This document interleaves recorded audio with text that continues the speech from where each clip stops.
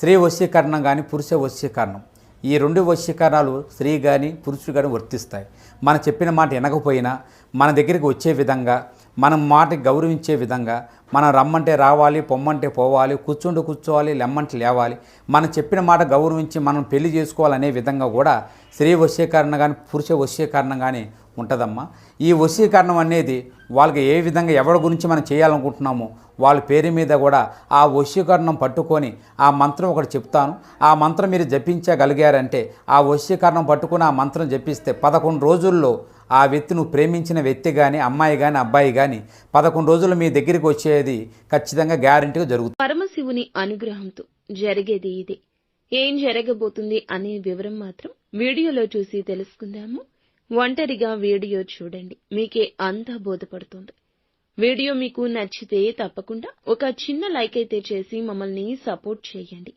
ఇక ఆలస్యం లేకుండా వీడియోలోకి వచ్చేద్దాము. ముఖ్యంగా ఈ రాశి జాతకుల గురించి మనం ఆలోచిస్తే గనక, వీరు ప్రత్యేకమైన పనులలో ఉంటారు. ఎప్పుడూ ప్రత్యేకంగా ఆలోచిస్తారు. వీరి ఆలోచనలకు అందరూ తగు విధంగా సన్మాన సత్కారాలు కూడా చేస్తారు. శత్రువులను కూడా ఆశ్చర్యపరిచే లక్షణాలు కలిగి ఉంటారు. ఈ రోజు ఒక ప్రత్యేకమైన పని నిమిత్తం మీరు ఎన్నో రోజులుగా మనసులో దాచుకుంది, ఇబ్బంది పడుతుంది, దానిని తలచుకుని బాధపడుతుంది. అటువంటి సమస్య ఉంది కదా, ఆలోచిస్తూనే ఉన్నారు కదా, మీ యొక్క వింత పరిస్థితి ఎవరికీ చెప్పుకోలేక మదన పడుతున్నారు కదా, ఆ పరమశివునికి చెప్పుకున్నారు కదా. ఈ పరిస్థితిని బట్టి మీరు ఎంత దుఃఖపడుతున్నారు, ఎంత నలిగిపోతున్నారు. ఆ పరమశివునికి మొరపెట్టుకుని మీరు చెప్పిన ఆ మాట, ఆ సమస్య, మీకు ఉన్న ఆ కష్టం ఆ శివయ్య విన్నాడు. మీకైతే ఇప్పుడు పరిష్కారం ఈ రోజునే దొరకబోతుందని చెప్పొచ్చు. ఊహాలోకంలో తేలిపోండి. ఇక సంతోష గానాలు మోగబోతున్నాయి. మీ యొక్క మనసులోని ఆ కష్టాన్ని, మీరు పడే బాధను శివయ్య చూశాడు. మీకు ఇక ఆ కష్టం తీరిపోతుంది. మీరు అనుకున్న పని సాధించి తీరుతారు. మీకు అనుకూల పరిస్థితులు రాబోతున్నాయి. ఈ రోజుని, ఎప్పుడూ కాదు, ఎప్పటినుంచో కాదు, అవదు అనుకున్న ఆ పని ఈ రోజే జరగబోతుంది.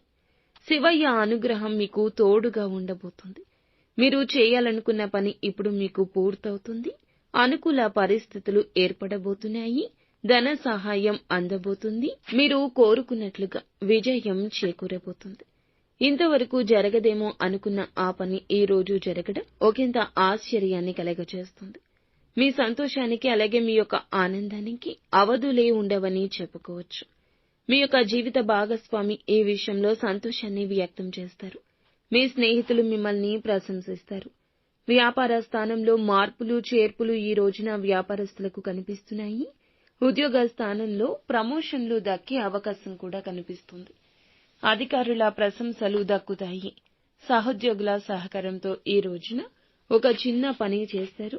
పేరు ప్రఖ్యాతలు పెద్దగా రాబోతున్నాయి. విదేశీ యానం కోసం ఎదురు చూస్తున్న వీరికి మీకు సంబంధించిన సమస్య కావచ్చు, ఏదైనా ఒత్తిడి ఉన్నా, ఏదైనా బాధ ఉన్నా అది తొలగిపోయి అనుకూల ఫలితం కలగబోతుంది.